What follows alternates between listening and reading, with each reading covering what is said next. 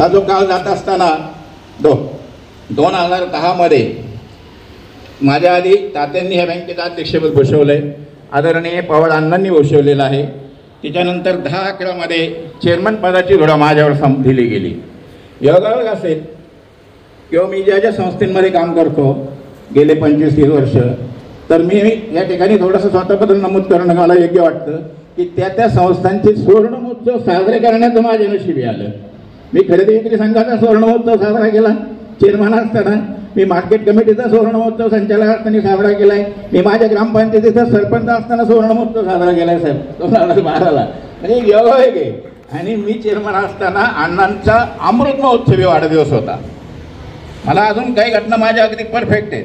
आणि ह्या अमृत महोत्सवी वाढदिवस 2011-12 असताना आपणाला अण्णांच्या नावानं काही करता येईल का? अण्णा हे सर्वसामान्य लोकांचे नेते होते, सर्वसामान्य ग्राहकांचे ते हितचिंतक होते. मग त्यावेळेला आम्ही त्यावेळेचे आदर्श चांगले CEO म्हणून कर्नल साहेब लाभलेले होते. आमची चर्चा झाली आणि अण्णांच्या नावाने किसन बटाटा उत्पादक ह्या नावाने एक कर्ज योजना चालू केली. नंतर किसन स्वयंरोजगार योजना आम्ही चालू केली. ह्या 2 योजना आम्ही अण्णांच्या नावाने त्या काळात चालू केल्या. पण अण्णांसारखं बोळं आणि लोकांसाठी काम करण्याचं नेतृत्व मी माझ्या आयुष्यात पाहिलं नाही. म्हटले काळे साहेब, कर्नाड साहेब, ही योजना झाली पण पण त्यांना आर्थिक काहीतरी मदत करायला पाहिजे हो.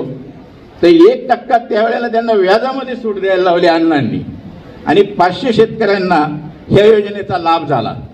म्हणजे हा एक मला अण्णांच्या मार्गदर्शनाखाली काम करण्याचा योग आला. आणि त्या पठारावरती आम्ही रात्रीच्या मिटिंगा घेतल्या.